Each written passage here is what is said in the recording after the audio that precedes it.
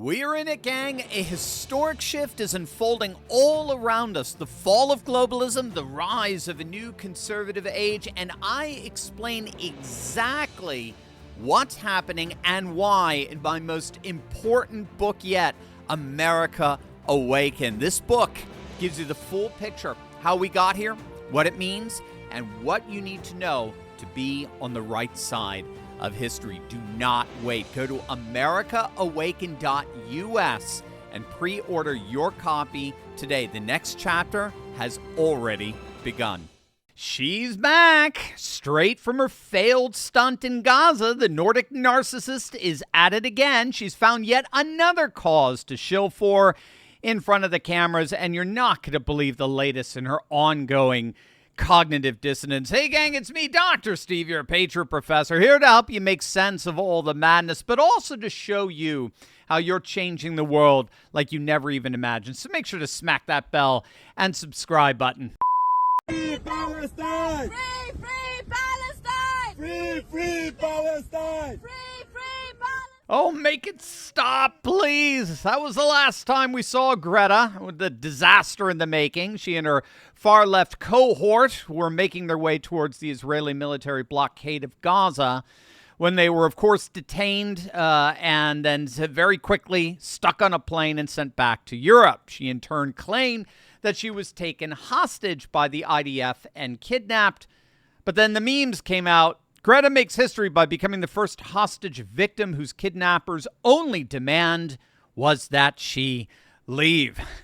Well, now another country is demanding that Greta leave. The nation of Hungary, the latest cause that has captivated Greta's unquenchable thirst for self-aggrandizement, is now gay rights. The Hungarian government, led by the one and only Prime Minister Viktor Orban, back in March passed a law allowing authorities to prohibit pride marches, officially citing the need to protect children as justification for the ban on those marches. Now, this goes back to a law that was passed a few years back, banning Hungarian schools from using materials seen as promoting homosexuality and pro-LGBT values. The ban includes the promotion and portrayal of homosexuality or sex changes to minors. So given that Hungarian children have rights as well as Hungarian adults, the parliament banned pride parades. Now, of course, that didn't stop tens of thousands of people, including local residents, European officials from Brussels, and far-left activists from defying the prohibition. And so this weekend, they did indeed march in Budapest despite that ban. And one of the foreigners to come in to that event was, of course, none other than the queen of controversy herself, Greta, how dare you, Thunberg. Today I am joining thousands of people in Budapest in Hungary who are defying Viktor Orban's desperate attempt to ban the Pride March. Pride is both a protest but also a celebration of love and who we are.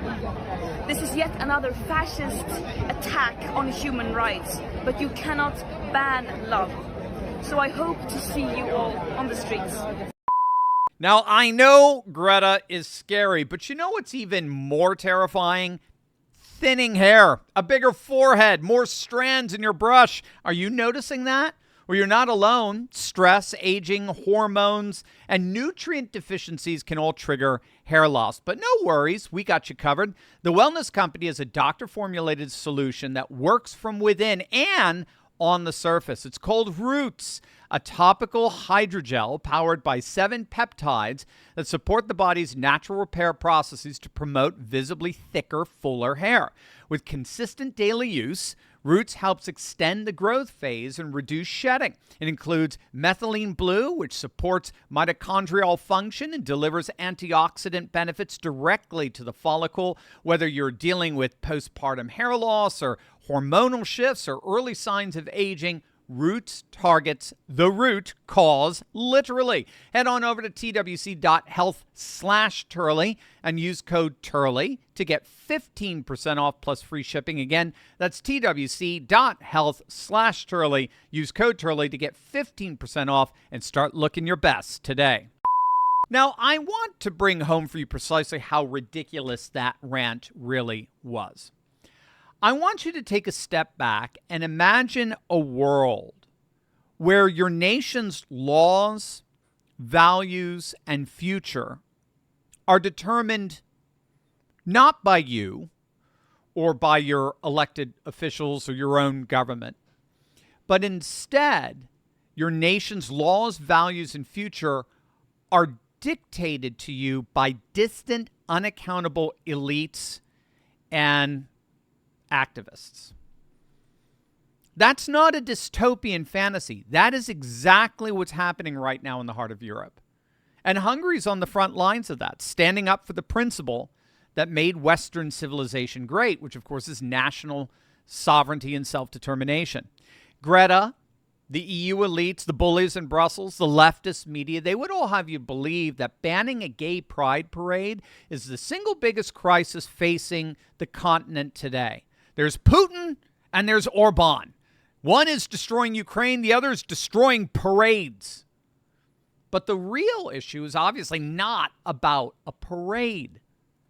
It's about who gets to decide what's legal and moral in a sovereign nation. Who determines the future of Hungary? Is it the Hungarian people? Or is it unelected EU commissioners and judges and a narcissistic activist? Hungary's parliament, elected by its citizens, passed a law protecting children from sexualized content and gender ideology. Whether you agree with that or not is irrelevant. The point is clear.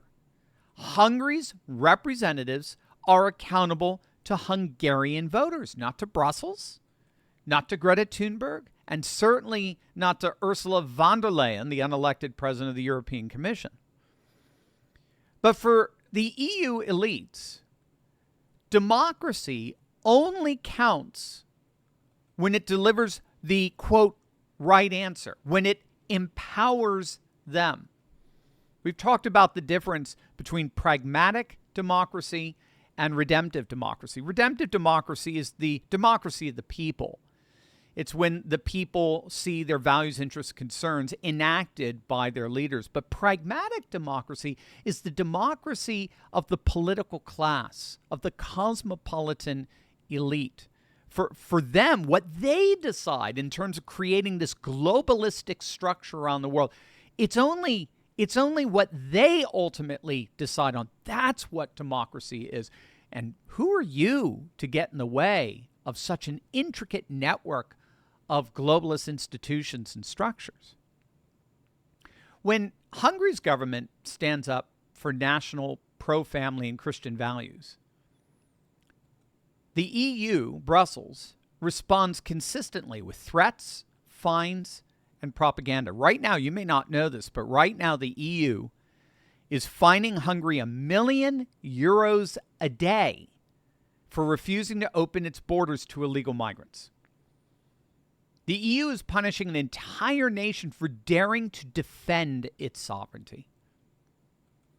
Even more absurd, pride protesters in Budapest demanded that the EU protect democracy by overriding Hungary's own democratic decisions. I mean, it literally doesn't get more cognitively dissonant than that.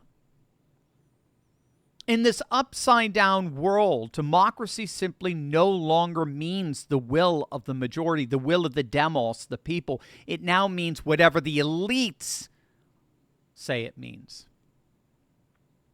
Here's the truth. National sovereignty is the only real basis for democracy, obviously.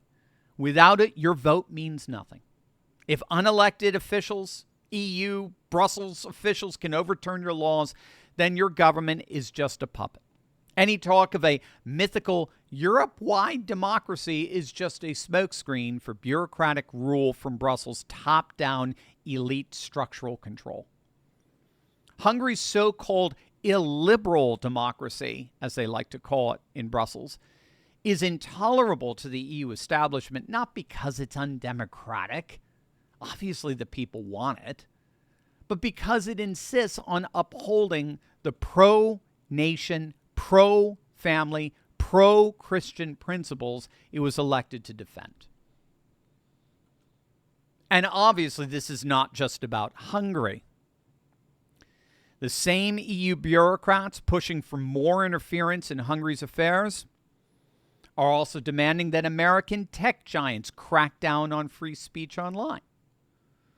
So if you care about freedom, if you care about democracy, if you care about the right to govern your own country, then obviously you should be rooting for Hungary in this.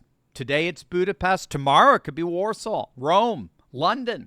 Every time a nation stands up to Brussels, it's fighting for the future of a free Europe and for the principle that made the West strong. So the next time you hear the media demonizing Hungary, remember, this isn't just about one law or one parade. It's about whether free nations have the right to chart their own course. We should all take pride in national sovereignty, because without it, democracy is just an illusion, and our future will end up decided by a spoiled Swedish narcissist.